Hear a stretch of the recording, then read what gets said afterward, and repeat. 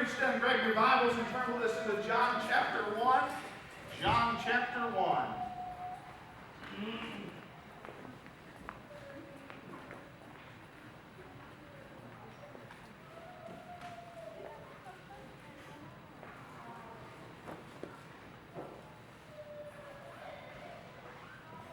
John chapter 1.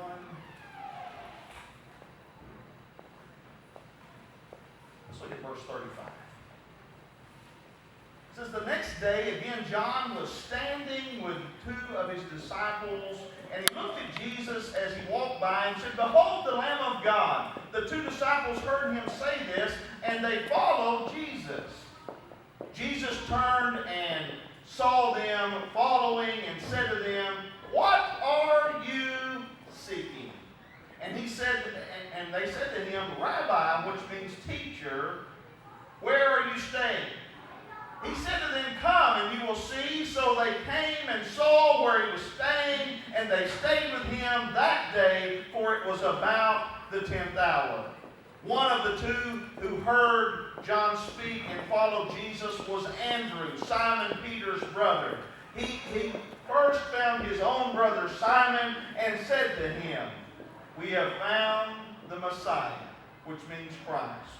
He brought him to Jesus. Jesus looked at him and said, you are Simon, the son of John. You shall be called Cephas, which means Peter. Let's go forward. Dear precious Father, we come to you today, Lord, and we love you. We thank you for your word. We thank you for what you do for us and what you're going to do for us today. I pray that you'll hide us behind the cross, give us the words we stand in need of, and every one of us in here, Lord, I pray that you will speak to our hearts. Whatever is on our plate, I pray we'll give it to you today. We ask these things in your name. Amen. I'm about to hear the word of God. You may be seated. Once again, we're continuing this great series on the 12 disciples. Just simply meaning we're followers of Christ just like they are. Everyday people with everyday problems called for a purpose, just like you and I. I want you to look at this particular disciple today. Andrew's probably one of the most exciting. I love to preach about this passage. I've always loved this because Andrew breaks out of the mold of his life. He's believing in one cause, John the Baptist. He's following. I don't know if you know this, but there's a lot of people that follow the preacher. Or they follow a cause, and they do this or they do that, and they're following this one or that one. And sometimes they don't follow what Christ wants them to do, right? They don't follow what the Lord wants them to do in their life. They don't follow that. They don't do that. They're like, hey, what's going on? Why should I do this? I'm following John. I'm following this one. I'm following that one. No. You're supposed to be following Christ. And that's what he did. He's the first example of that in Scripture, because he's following, he's listening to his man, right?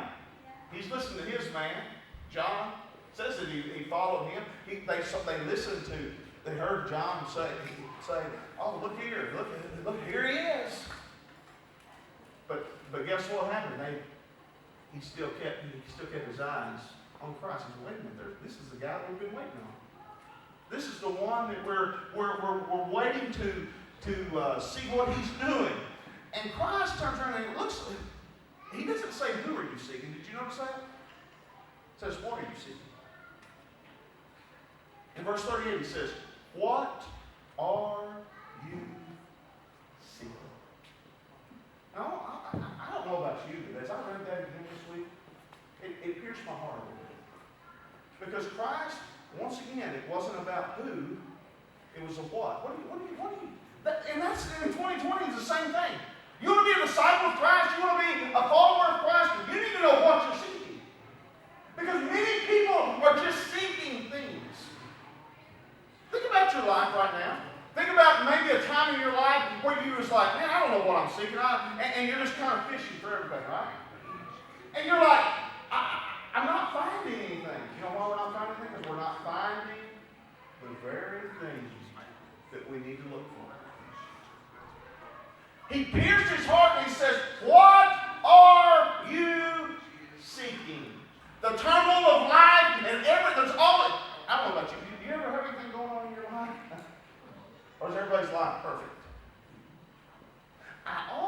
almost bet somebody probably had an issue today. Amen? Well, bless our hearts. We all do. We all have something that comes up in our lives. And if you think that you're perfect, then you need to get over that. Because you're not. All of us have issues in our life. So we have to know, what are we seeking? If you want to be, and I want to be a true disciple of Christ, all these years later, these 2,000 years later, how are we going to be? We got to know what we're seeking for. What are we looking for? What are we looking in our life? What are you and your family? What are you talking about? If it's all about the physical things of this life, guess what? They're going to be gone one day. It's amazing to me that I've been around a lot of families when it comes time to planning, for okay, what's going to happen to my estate, or what's going to happen to this, and they want to sit around. I've even, from a preacher's table, they said, "Preacher, we want you to come because it's probably going to be a fight. And we'd like for you to be at the table." And so I literally went to homes and just sat there just to be a presence. Just like I could do anything. But they think, well, maybe they won't cuss or flip the table over if a preacher's sitting there or whatever. And so I'll sit over there in the corner and they'll say, okay, now we're going to, when Dad dies, this is what he wants to take place. And inevitably, you always have somebody, what? They're all, but it's always about what? Physical. It's always about stuff. It's always about, well, I wanted this, or I wanted that, or I did this. My grandmother did the best one that anybody could ever. She had 14 kids. Before she died, she wanted to split her stuff up. But they couldn't take it until after she died. But what they did, they drew. She had a drawing. One night I remember going over to my grandmother's house, all 14 kids sitting around the house there, and she put everyone's name in a cup. And she said, we're going to draw the first thing. You can pick whatever you want in the house. Pick it. You're the first to pick. Pick that. I don't remember what pick his was, but pick this. There's old red truck. My grandpa sat out there in the garage. One of my uncles said, I want the truck. Pick the next one. One of them said, I want the old clock. It's been in the living room since I've been a little kid. Next thing you know, all the big things, all the things that anything that had any sentimental value to them, they all was able to get something. And she was able to witness all this. And the stipulation was, when I die, that 30 pictures. There's not going to be fighting. You get what you got. You got it wrote down here today. Then you get whatever you want. And the rest of it will be sold. And the grandkids can buy whatever. And I spent plenty of money at that sale that day that they sold the rest of it.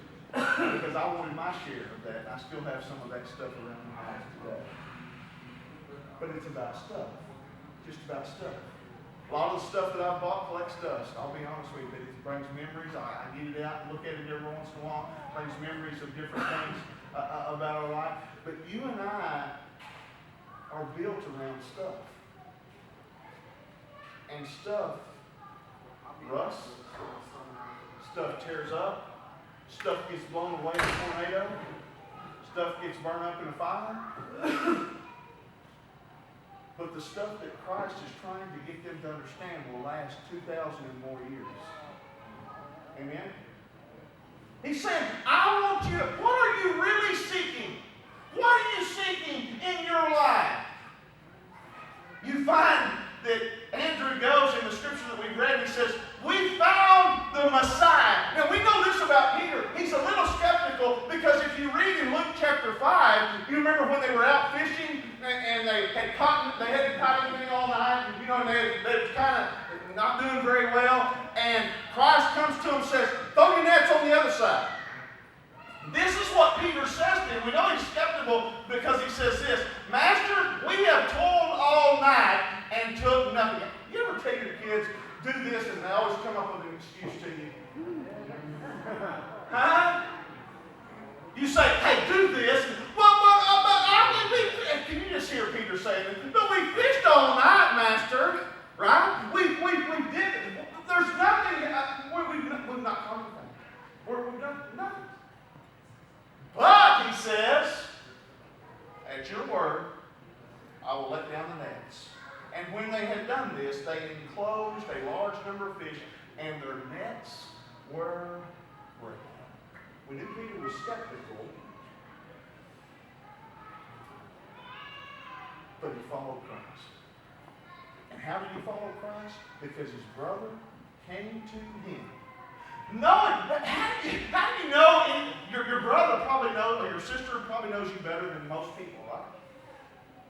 And I just feel in my heart that Andrew knew that Peter was going to have to see something in Christ that was going to blow him away. And that's why he comes to him and he says, hey, you've got to see this guy. You've got to experience this guy. And then when they're out there in the boat, he experiences him firsthand. And that is what takes place in our life today. When you experience him, doesn't it just flip your world upside down? It changes your life when he comes in and he changes the way we look at things. Amen? And everything that we do. But if it had not been for Andrew, we wouldn't have Peter. Think about that for just a minute. If Andrew had not went to his brother and said, come on, we wouldn't have Peter. And look at, we've already talked about Peter in this series, but look at all the stuff that Peter has done. Look at all the great and wonderful things that the church and the early church would not have been a part of if Peter had not been involved in it. Think about you for just a minute. If not you, who's going to do it? Think about that for just a minute. If Andrew would not have went and done what he did, what about you? What about that next one? I just talked to the little kids about going out and reaching out to somebody, or hopefully they'll always have that desire. Hey, look, listen to what, hopefully they'll leave here today out of their class today, and they'll say, hey, wait, listen, look what I've learned. Look what I've accomplished in the scriptures today. I'm going to be honest with you, we don't do that. The number one thing on our minds about 12 o'clock around here is where we're going to eat. That doesn't do anything for us. Might feed your gut, but it doesn't change the world. It may change your make me feel good for a moment. But if it's not Andrew and it's not you, what are you going to do? I used to say this all the time. We need to be an Andrew. We need to be a person that's always on the go for Christ. And I always say, I want to find the next Peter. I want to find the next, I'm going to talk about him here in a minute. I want to find the next Billy Graham. I want to find the next D.L. Moody. I want to find the next Billy Sunday. And all those people maybe you say, I don't even know who they are. But all three of those guys are the greatest evangelists of our time. Reaching back into the 1800s. Why? Because they were a part of the disciples coming down the loop of being a follower of Christ. Ordinary people that had ordinary people. We'll talk about them in just a minute. Ordinary people reached them. But man, great and wonderful things happen in their life. The 4 points we have each week on this series, and the first one is the lowdown. What do people say about us? And I ask you this every week. What are people saying about you? How do they identify you with Christ?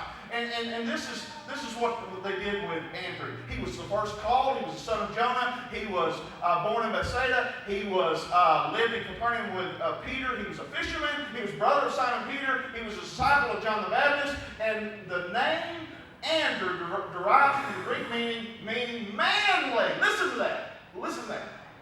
The biggest thing that this hit me earlier, well, not yesterday, I guess, it hit me when I read that again. I've been reading it all week, but man, the biggest thing men have a problem with talking about the Lord, that's kind of sissy.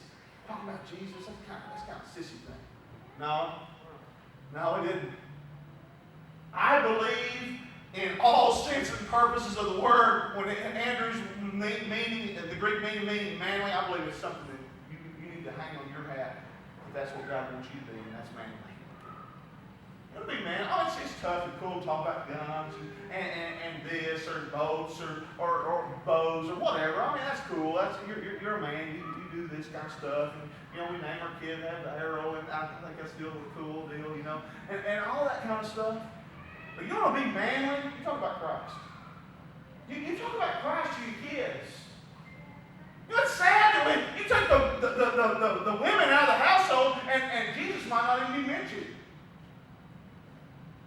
I knew that would be quiet. You guys, we've got to take time to be manly and stand on God's word and say, I want to tell you about Jesus. Because statistics tell us that if the man will stand up in his home and talk about Jesus and leave his home, you can see it in everything else. If you teach them how to drive at a young age, they drive. If you teach them how to, tie their shoe, ride a bike, throw a baseball, throw a football, do all this, they're going to be great. But statistics tell us if a man will raise his sons and his daughters himself, saying, hey, you need to see this Christ. You need to experience Jesus in your life. That it sticks. It sticks with them. You know why? Daddy said it. Especially little boys. Daddy said it. Daddy lived it.